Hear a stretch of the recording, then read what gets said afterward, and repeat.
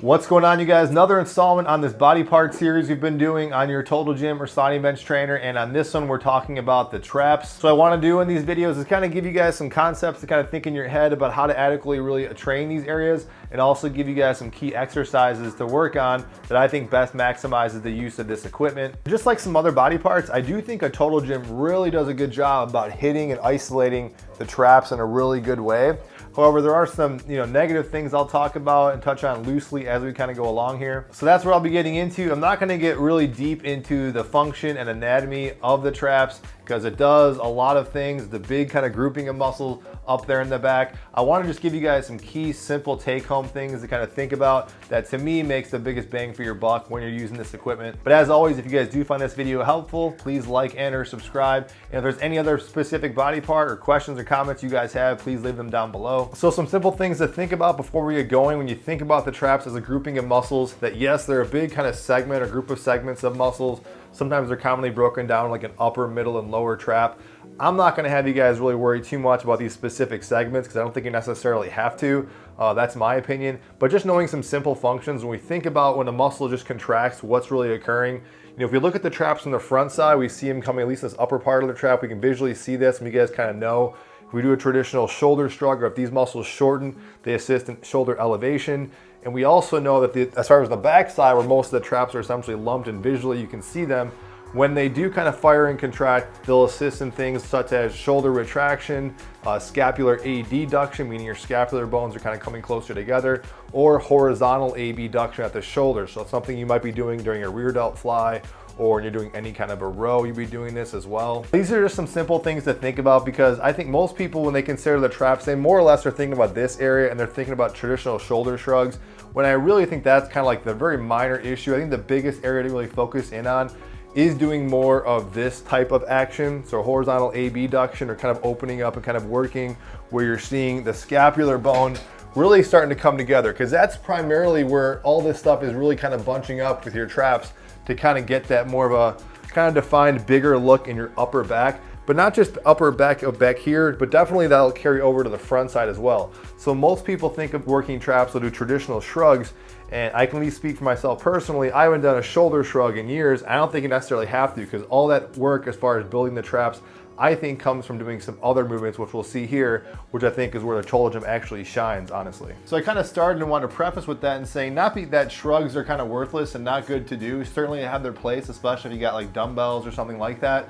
But on this machine, this is one of the areas where I think it doesn't work out too well. Shrugs on here, yes, you can do them in a variety of different ways. I just don't feel like they really provide enough stress and tension to that muscle. In my opinion, it's not adequately just worth doing. You certainly can mess around though with adding resistance and some resistance bands and external weights, so that's definitely an option if you guys want to try that. However, with all that being said, where this thing is excellent and works really well, and where I think the traps get built the most, is from doing a variety of positions, doing these kind of either rear delt fly type motions or horizontal abduction motions, doing some shoulder retraction motions from different positions, and kind of utilizing more of a cross grip on the machine.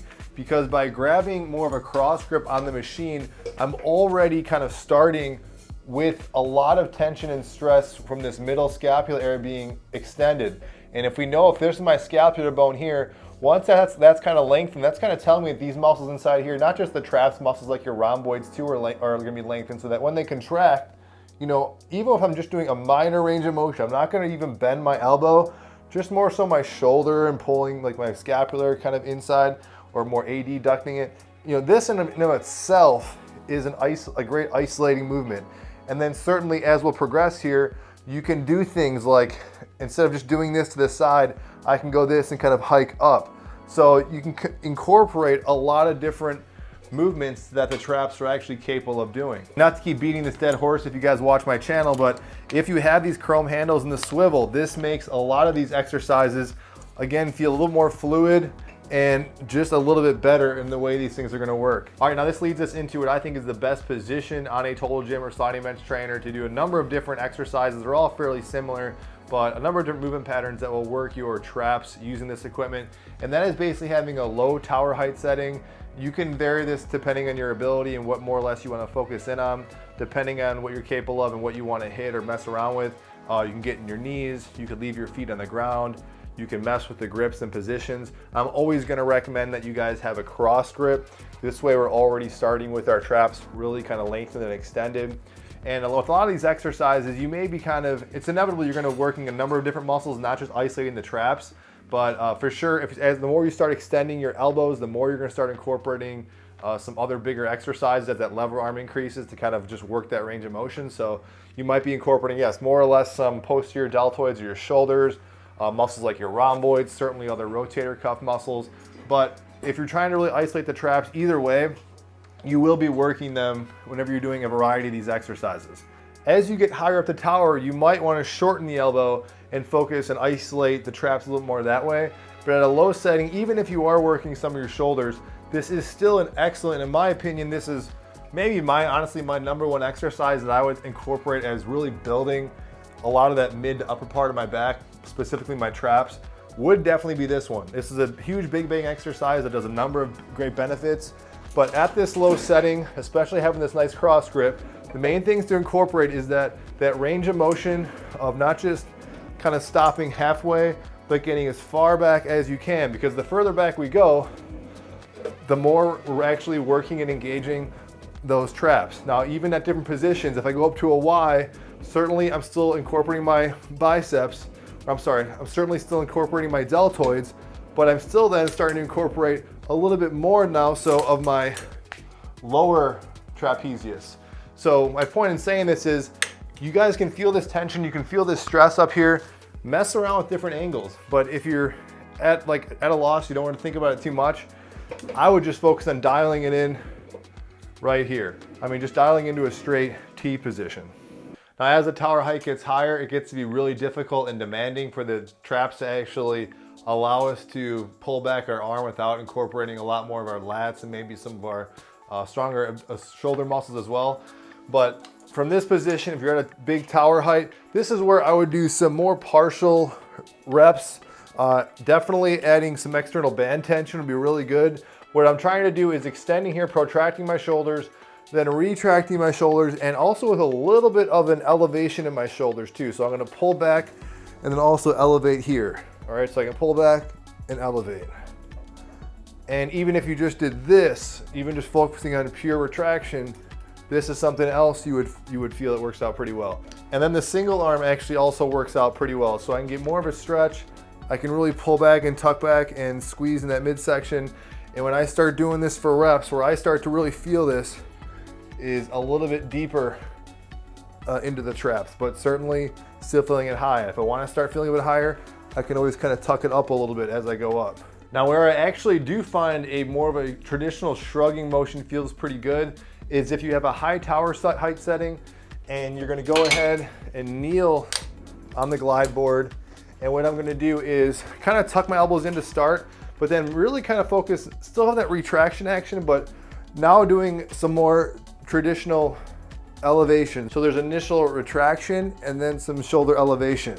And by doing this for reps, where I'm still kind of resetting in the protracted shoulders and coming back, I notice this is a nice traditional kind of a shrug where you start to feel this more in the mid to upper traps. Now, if you've gotten this far and you're thinking to yourself, well, these are some good exercises, I may or may not use them, it is worth noting for a nice little peace of mind that even if you did none of these things and you keep to doing some good rows on this equipment, odds are you're gonna be working your traps pretty efficiently using a total gym. So even on any kind of standard horizontal row, if you're still focusing in, instead of just kind of rowing this way, just pulling back, if you're focusing in on all those things I just said, you're gonna be really engaging your traps pretty effectively in my opinion. So when I'm stretching out for that initial pull, I have that shoulder, that shoulder protraction, the scapular abduction, the scapulars kind of go out this way. And then when I row, yes, I'm gonna drive my elbow back, but I'm also gonna think about everything we just said. So as I row, I'm gonna tuck back in here with the middle trap. So that even when you guys are working your back, you can kind of rest assured that your traps are gonna be getting hit pretty effectively. All right, guys, so that is it. Any questions, comments, feedback on this? And if you guys definitely have some other good trap exercises you guys want to share them down below with other people, let me know down in the comment box. Try to keep this as simple as possible because this is one of those things I think you can't really mess up as long as you kind of focus on those little fundamental things I stressed in this video. So hopefully that was helpful. I'll see you guys in the next video.